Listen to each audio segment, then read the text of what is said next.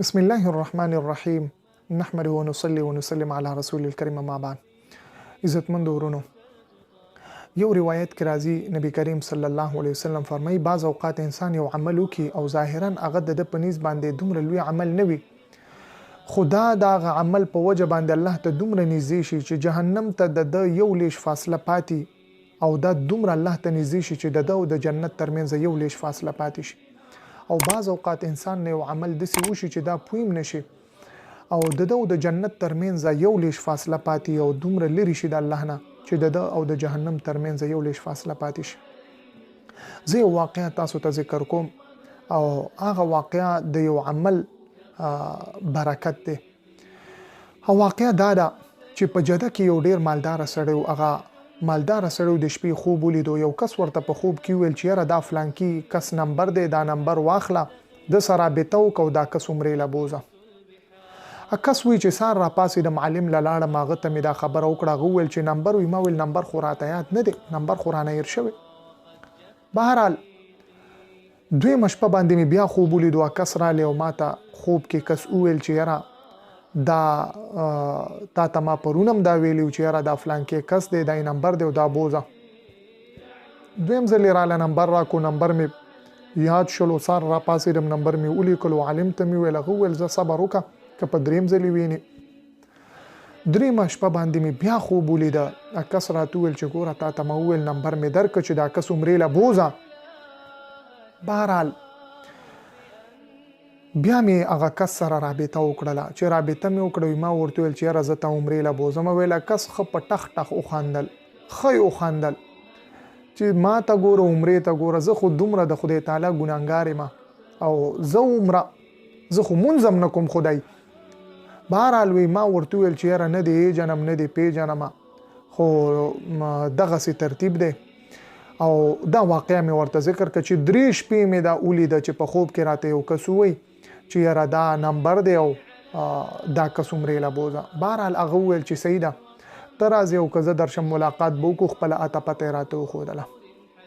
زه ورغلم، هغه سم مې خبرې اترې وکړې. ما ته وویل چې ویې خندل چې یاره عجبه خبره ده، زه خو ډېر زیات ګناهګار یم، زما خو مونځ او دس هم دغسې دی. او بیا یې راته وویل زه خو شراب هم څښمه. بهرحال ما ورته ویل چې هر څه کې خو اوس دغه خبره ده او عمرې له تګ دی، ما دغسې خوب لیدلی دی. نو وی ما ته ویل ټیک ده، زما در سره خو په لاره کې به مې نه پرېږدي، ګورې ځان له زه تنګېږم. ما ورته ویل بوزمه دی او بېرته به دې راولم انشاءالله. ترتیب هم وکړلو، عمرې له لاړلو. ویل د طواف وکړلو، خو په دې طواف کولو کې د حالت بدل شلو، کیفیت بدل شلو. په ډېر عاجزۍ سره طواف ختم کو، بیا یې سایه وکړله. بهرحال عمره وشوله، واپسي وه زمونږه. ما ورته ویل سړیه زو واپسي کوو. ویل چې یاره واپسي خو کوو، یو 2 رکعته مونځ به وکړم. ما ویل زه به هم یو 2 رکعته مونځ وکړم. نو ویل زه په مونځ ودرېدم، دا م ودرېدلو، ما مونځ وکړلو. وی دا مقه په اول رکعت کې پروت دی په سجده باندې او بس پروت دی. وی ډکې مې راله چې یاره دومره اوږدې سجدې او دومره اوږده سجده خو. بهرحال ویل چې ټیم ډېر وشلو. نو اړه کې مې یاره پیدا شوله. شرطي والا ته مې ویل چې یاره دا کس دی او ډېر وخت نه په سجده باندې دی، زما ملګری دی. هغوی چې وکته نو هغه وفات شوی. بهرحال د سجدې په حالت کې وفات شوی. بهرحال میت هم راوچت کړلو، جنازه و هغه هم کور ته راورسوله، تدفین وغیره هر څه وشلو.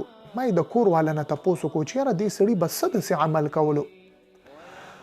وی کور والی وویل چې جی دا خو عملی اعتبار سره ډېر زیات کمزوری و، مونځ به یې نه کولو. په مونځ به مې ورسره ټیم جنګ و چې سړیه مونځ کوه، مونځ کې لټو، روژې به یې هم نه نیولې او بل دا شراب به یې هم څښلو. ما بل د خدای نه نه هېرېږې ته دا شراب څښې.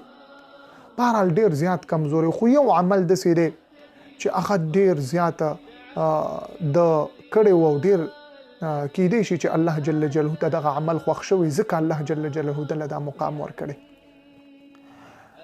کوم عمل دی؟ ویل یاره زمونږ په کلي کې یو سړی و، هغه وفات شلو. ډېر زیات غریبانانو، پس چې څه ټکه ټوکه به خاوند کوله په هغې باندې به کور آباد و، بس خرچه به چلېدله. خاوند دې وفات شلو.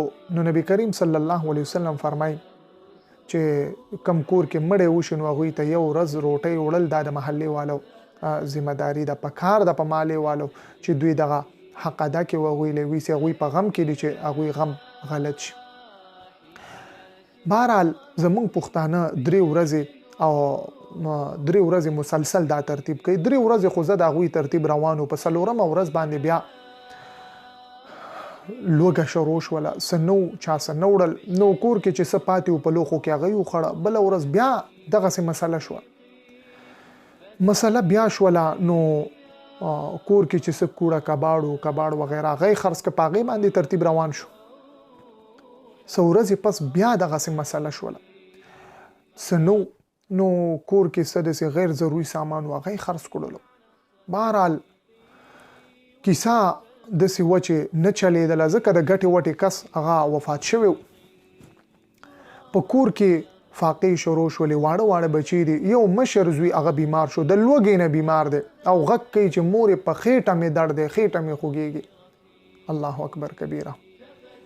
الله جل جلاله دې په امت مسلمه باندې او په موږ ټولو رحم وکړي او د دغسې حالاتو نه دې الله موږ وساتي. بهرحال وایي مورې خېټه مې خوږېږي. مور به ویل اوبه راوړئ ورله نو خېټه یې خوږېدله لوږه او چې کله حالات ډېر زیات شو دا مور بورقۍ په سر کړله او لاړله. ویل سوال خو کولی نشم. دوکاندار ته ودرېده چې سوال درنه نه کومه په قرضو باندې وړه راکه او ډېر زیاته څومه ورځ ده او فاقه ده راکه او بچي مې د لوږې نه ناجوړه دي. دوکاندار چې وکته چې خاوند دې مړ دی او دا به روپۍ د کوم ځای نه راکې هغې ورته ویل ځه خپل کار کوه. تا له موږ په قرضو درکړه ته به د کوم ځای نه موږ له روپۍ راکې. الله اکبر کبیره. بهرحال دغسې واپس راغله. بچی بیمار دی کټ کې پروت دی. مشر زوی نو ماشومه لورې ده هغه لور به اوبه راوړلې او په سر باندې به ورله پټۍ کېښودلې چې یاره دا تبه یې لږه کمه شي او ګزاره یې وشي. وایي دې کې هغه مشرې لور وویل د 15 کالو خواوشا به وه. ورته ویل چې مورې دا رور به م کله مري. وایي مور ورته ویل بچیه دا دې څه وویل؟ ویل مورې چې دا مړ شي نو موږ که به خلک ډوډۍ راوړي او بیا به موږ ماړو شو. د لوږې نه موږ مړه شو نو که دا روره مړ شو خلک به راکه بیا ترکاري راوړي. بهرحال مور ډیره زیاته بې قراره شو او داسې وکړو مونځ باندې ودرېده. ویل یا الله نو ته خو د حالاتو نه خبر ذاتې او په دې کې هم ستا حکمتونه دي ربه ته راسه د عافیت معامله وکړي. دا ښځه وی دغه ټیم چې دی الته دعا کوله زما خاوند پړه کې راله ما ته وایي چې ښځې د فلانکې خو مړ شوی دی د هغوی بچي به څه خوري دا 100مه ورځ ده. ویل ما ته ویل چې څه په کور کې دي روټۍ وغیره ترکاري دا روچته کوزو. بهرحال ویل موږ روان شو هغوی کوم هغه ترکاري هر څه ویوړل هغوی وخوړل او ما ته مې خاوند وویل چې ښځې که زه ومه او که نه ومه سار غرمه او ماښام روټۍ دا په موږ ده دا به موږ وړو. که زه نه ومه نو بس بورقه په سر کوه او ځان رسوه دا به ورله وررسې د هغوی نور څوک دي. نو فرمایي چې دغه یو عمل یې کړی و. د دغه عمل په وجه باندې الله جل جلاله څه عمل وکړو ورسره. الله اکبر کبیره. انسان تصور نشي کولی. الله جل جلاله خپل کور ته وغوښتو کعبې ته او الله جل جلاله په داسې حالت کې ورله مرګ راوستو چې نبی کریم صلی الله علیه وسلم فرمایي چې بنده انسان الله ته ټولو کې زیات په هغه عمل کې نږدې چې هغه سجده ده. کله چې انسان سجده کوي د سجدې په حالت کې انسان الله ته ټولو کې زیات نږدې. په دغسې حالت کې الله جل جلاله خپل ځان ته روبلل. عزتمندو نن سبا حالات انتهایی کمزوري دي. څه د کورونا او څه نور د بیروزګارۍ د وجې نه زمونږ خواوشا کونډې رنډې غریبانان یتیمانان دا شته دی. د دیو خیر خبر اخیستل دا زمون کار دی. ډیر خلک داسې دي چې هغه عزتمند دي او هغوی کله عمر کې چاته لاس نه دی نیولی لوږې تیری خو چاته لاس نه نیسي.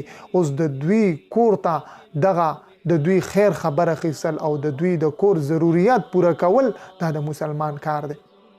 او شیخ ادریس صاحب دامت برکاته هم په خپله فرمای وی د دې حالاتو په وخت کې زه یو ځل ګاډي کې روانو وی ما وکته چې په یو ډیران باندې یو بابا د سپینګیره او هغه لګیا دی څه ګوري. وای ما ډرایور ته وویل چې ودرېږه ګاډی ودروه. ویل ودرېده. وای ما ورته وویل چې بابا دا څه کې؟ الله اکبر کبیره. ویل هغه راپاڅېدو او ما ته ویل چې څومره ورځ ده او ډېره زیاته فقر و فاقه ده، د برداشت نه بار ده.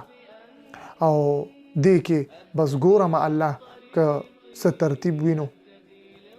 بهرحال شیخ صاحب فرمایي وي ما ته وویل چې منګه ټول عمر کې چرته لاس نه دی غوړولی چاته، لاس هم نه دی خور کړی چې مالا څه راکئ، د عزت د وجې نه چاته لاس نشو خورولی. نو فرمایي چې منګه زما څه وس کېدو هغه م ورسره وکړه. ډېر عزتمن خلک داسې دي محترمو چې هغه زمونږ خوا و شا شته خو د عزت د وجې نه هغه لاس نه نیسي او حالات انتهایی د هغوی ناسازه وي. نو په خپله باندې د کور والو په ذریعه باندې دا معلومات کېدلی شي چې فلانکې کور هغه کمزوری دی، په دې اعتبار سره د هغوی سره موږ څه قسمه مدد کولی شو. یو کس وایي زه په میاشت کې هغوی لپاره تروړه اخیستلی شم، د هغوی لپاره د غوړو بندوبست کولی شم. نو اوکې که هېڅ هم نشم کولی نو د پښتنو یو عادتو او رواجو هغه به مخکې دوی کولو، هغه دا و چې کله به روټۍ پخوله نو اول به یې وظیفه وویستله، یو ټیکلی به یې پوخ کو هغه به یې وویستلو او دغسې ترکاري به یې پخه که نو ترکاري به یې وویستله.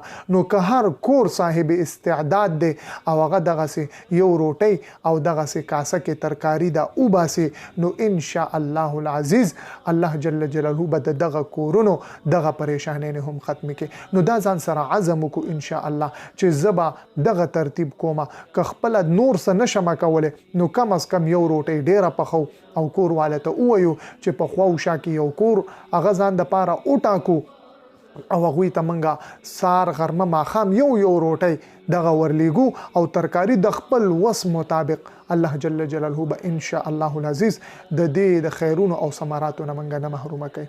الله جل جلاله دې موږ ټولو ته د عمل کولو توفیق را نصیب کړي.